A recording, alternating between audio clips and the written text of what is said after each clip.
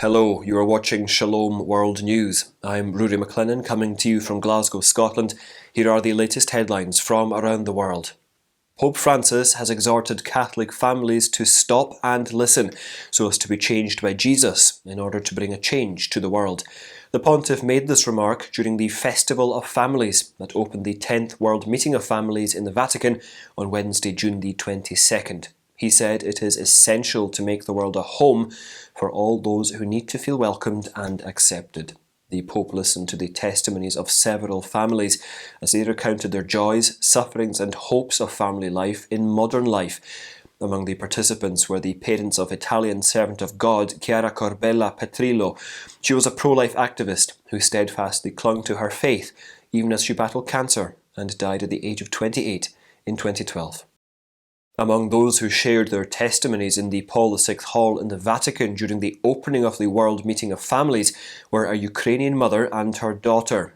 Irina and her 17-year-old daughter Sofia shared their story with the Pope. The duo left the Ukrainian capital Kiev 10 days after the Russian invasion of Ukraine began. They were able to take a bus to Italy, where they were welcomed by a large Catholic family of 8 living in the southern suburbs of Rome.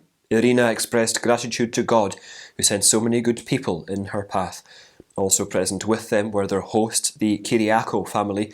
The Italian family said they decided to host the Ukrainian mother and daughter out of gratitude to the Almighty. Erika QUAKE said that their presence has been a blessing from above. On his part, Pope Francis thanked the family for their magnanimity. As Rome witnesses the World Meeting of Families, the relics of the first couple to be beatified together have been enshrined in St. Peter's Basilica. The first-class relics of Blessed Luigi and Maria Bertrami Quattrocchi, the patrons of the Meeting of Families, have been put in place for veneration. This Italian couple was married for 45 years, and their 4 children served the church in various capacities. Their eldest son Tarcisio was a Benedictine monk, and his younger brother Paolino was a Trappist religious.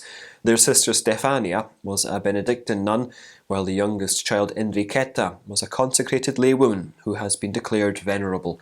Luigi passed away in 1951, and his wife died 14 years later. They were beatified by Pope St. John Paul II on October the 21st in 2001.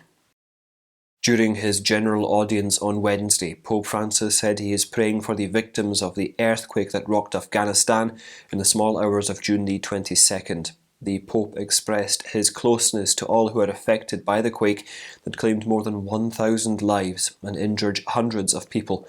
He expressed hope that with everyone's help, the sufferings of the Afghan people can be alleviated.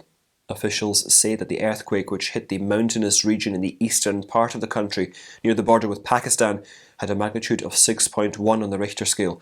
There are also reports that the death toll is likely to rise.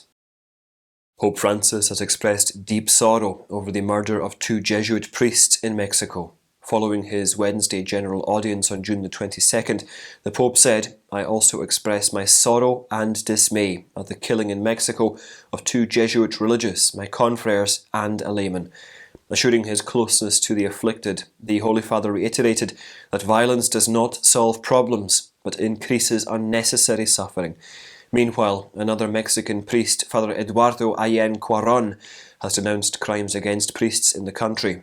Warning that the violence has turned the country into a graveyard, the director of the Weekly of the Diocese of Ciudad Juarez, entitled Presencia, decried the attacks. He said, "In Mexico, due to the inability of the 3 levels of government to stop it, we have returned to barbaric times where the levels of fury and cruelty are truly unheard of."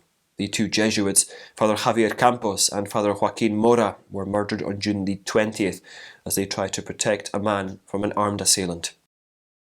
US senators have voted to pass a bipartisan bill to have a degree of gun control. There is a possibility it could be inked into law next week. Nevertheless, its proposals fall short of many recommendations sought by both Republicans and Democrats. Some of the measures include stricter background checks for buyers younger than 21, as well as instructions to states to implement red flag laws to take away firearms from people deemed to be a threat. This is the first time that gun control legislation has received so much support from lawmakers of both parties. The move comes in the wake of a series of deadly shootings. Meanwhile, in Uvalde in Texas, where 19 students were killed in a mass shooting, the police chief of the institution has been placed on administrative leave. Pete Arredondo was told to go on leave after it was alleged that he failed to intervene on time to tackle the shooter. Archbishop Anthony Fisher of Sydney has urged American prelates to have fraternal charity and well-practiced love. He was addressing the bishops during their spring retreat. During the event, which 300 bishops attended, the Dominican prelate said if the church is meant to be a foundation of unity for humanity, bishops are meant to be that for the church. In his address, he focused on episcopal collegiality and fraternity. This private retreat takes place at a time when the United States Conference of Catholic Bishops faces great challenges, with much of American society divided over issues of race, gender and abortion. He also said that bishops were yoked together in the work of the Church. Archbishop Fisher added that teaming up in Christ can be the foundation of the fraternity of prelates. These sessions were arranged in such a way that the hundreds of prelates coming from various cultural backgrounds got time to get to know each other. The Ecuadorian Catholic bishops have appealed for dialogue to bring an end to the violent protests that have been going on in the South American country since June the 13th.